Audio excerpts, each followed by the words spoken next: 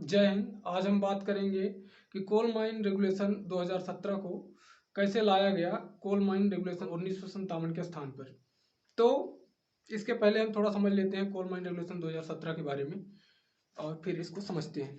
तो coal mine regulation 2017 जो है वो जो लागू हुआ वो 27 नवंबर 2017 को लागू हुआ और इसमें जो कुल चैप्टर हैं वो 17 चैप्टर हैं। 17 तो अलग अलग पार्ट हैं, उनके अंदर एक तरफ से रेगुलेशन लिखे हुए हैं और एक टाइप के रेगुलेशन मतलब एक चैप्टर दिया गया है। जैसे डेफिनेशन का तो उसका पूरा प्राइमरी डेफिनेशन ही डेफिनेशन बताया गया है, मतलब पूरे रेगुलेशन मतलब एक टाइप के रेगुलेशन एक चैप्टर में लिखे गए हैं। तो इस तरह से कुल 17 चैप्टर हैं, 17 तो पार्ट हैं, जिसमें टोटल रेगुलेशन अगर गिने जाए तो वो 260 हैं, एक तरफ से काउंट करके ही लिखे हुए हैं।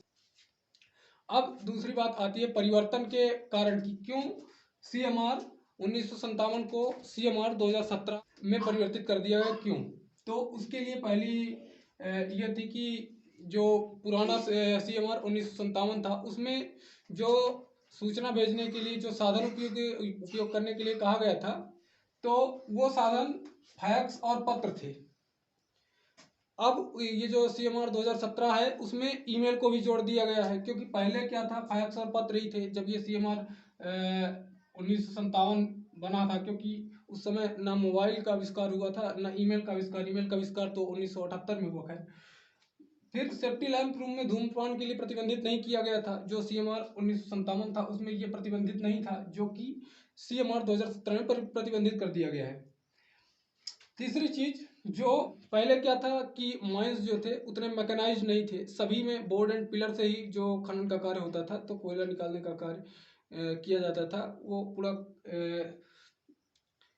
पूरा जो तरीका था वो केवल बोर्ड एंड पिलर से ही होता था, जिस कारण से वहां पर बिजली के उपकरण प्रयोग नहीं किए जाते थे। इसलिए वहां पर जब मेथेन 1.25% से अधिक हो जाती थी तो बिजली काटने का कोई उसमें प्रावधान नहीं था। लेकिन 2017 में क्योंकि अब बिजली के उपकरण ज़्यादातर प्रयोग किए जाते हैं, इसलिए जो 1.25% से अधिक अगर CH4 मिल जाए किसी भी डिस्ट्रिक्ट में, तो वहाँ पर जो है तो बिजली के चलने वाले उपकरण जितने भी हैं वो सब बंद कर दिए जाएंगे और बिजली की सप्लाई वहाँ पे केवल काट दिए जाएंगे। ऐसे ही और कई परिवर्तन किए गए, जो कि आप जब पूरा कोल माइन रेगुलेशन पढ़ेंगे 2017 का तो आप जान पाएंगे कि क्या क्या उसमें चीज़ें हैं, जो कि हम अलग वीडियो में एक सीरीज चालू करेंगे, उस सीरीज में समझेंगे इसके बारे में एक तरफ से। अब तीसरी चीज और मुख्य चीज ये है कि परिवर्तन कैसे किया गया। तो परिवर्तन कैसे किया गया, तो परिवर्तन करने के लिए जो माइंस एक्ट 1952 है उसमें प्रावधान है। तो पहले इसके लिए जो परिवर्तन करने के लिए समझने से पहले हमें दो सेक्शन समझने पड़ेंगे एक्ट के। सेक्शन 57 जो कि चैप्टर 8 में है और सेक्शन 12 जो कि चैप्टर 3 में है। अब पहले समझते हैं सेक्शन 57 को। तो सेक्शन 57 में सरकार को जो है, केंद्र सरकार को यह शक्ति दी गई है कि वह यदि चाहे तो कोल माइंस रेगुलेशन को परिवर्तित कर सकती है। और वो जो रेगुलेशन परिवर्तित करेगी उसके लिए क्या क्या परिवर्तन सरकार कर सकती है उसकी भी एक लिस्ट उसमें दी गई है, जिसे सब सेक्शन के द्वारा बताया गया है।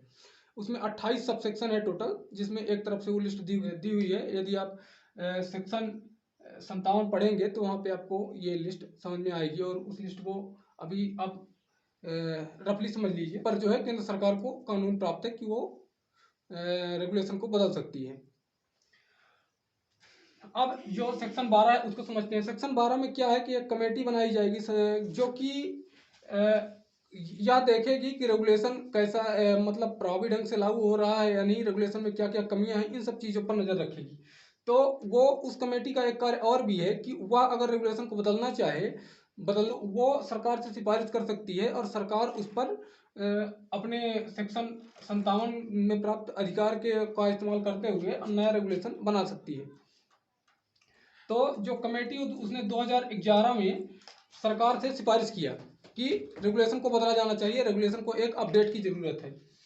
तो जब रेगुलेशन बदला गया तो रेगुलेशन बदलने का जो अगला प्रक्रम था वो सरकार ने क्या किया कि एक ड्राफ्ट का जो है गजट में प्रकाशन कर दिया 20 अक्टूबर 2011 में। अब ड्राफ्ट क्या होता है, ड्राफ्ट एक प्रारूप बना लिया कि क्या क्या परिवर्तन होंगे उस रेगुलेशन में, क्या क्या परिवर्तन किए जाएंगे, उसका पूरा एक लिस्ट बना दिया और उस लिस्ट को गजट में प्रकाशित कर दिया। अब गजट क्या है, गजट एक सरकारी अखबार है जो कि गवर्नमेंट द्वारा प्रकाशित किया जाता है, मतलब गवर्नर उसको प्रकाशित करता है। गवर्नर को मतलब जब कोई कानून बनाना होता है या किसी कानून में परिवर्तन करना होता है तब गजट में प्रकाशन होता है, और गजट में प्रकाशन होने के बाद लोगों से प्रतिक्रियाएं मांगी जाती हैं, उनकी आपत्तियां और उनके सुझाव मांगे जाते हैं कि उनके क्या सुझाव हैं जो उस कानून से प्रभावित होंगे, उनके क्या क्या सुझाव हैं इस बारे में। तो ऐसे इसमें भी हुआ, इसमें भी जो गजट है उसमें ये ड्राफ्ट पूरा प्रारूप बताया गया कि ये प्रारूप में बता दिया गया ड्राफ्ट में कि क्या क्या परिवर्तन किए जाएंगे, और गजट में उसका प्रकाशन कर दिया गया। अब गजट के द्वारा जो उससे प्रभावित लोग थे वो गजट में सब कुछ देख करके अपने सुझाव या आपत्तियां सरकार को 3 महीने के अंदर भेज सकते थे। 3 महीने का सरकार ने टाइम दिया, लोगों ने भेजा आपत्तियां और सुझाव, और फिर उन आपत्तियों और सुझाव को मद्देनजर रखते हुए सरकार ने यह कह दिया कि कोल माइन रेगुलेशन 2017 बनाया जाए, और फिर 27 नवंबर 2017 को एक कोल माइन रेगुलेशन बना, और 27 नवंबर 2017 को उसे मतलब पूरी तरह से रिलीज कर दिया गया, जो कि CMR 2017 के नाम से जाना गया, और वो CMR 1957 के स्थान पर भारत में लागू हो गया। अब ये लागू कहाँ कहाँ हुआ, तो लागू क्या है कि माइंस एक्ट जो है वो सिक्किम को छोड़कर सारे भारत के में लागू होगा, तो सिक्किम को छोड़कर ये भी पूरे भारत में लागू होगा। अगर आपको ये वीडियो समझ में आया है तो चैनल को सब्सक्राइब कीजिए और वीडियो को लाइक कीजिए। धन्यवाद। जय हिंद।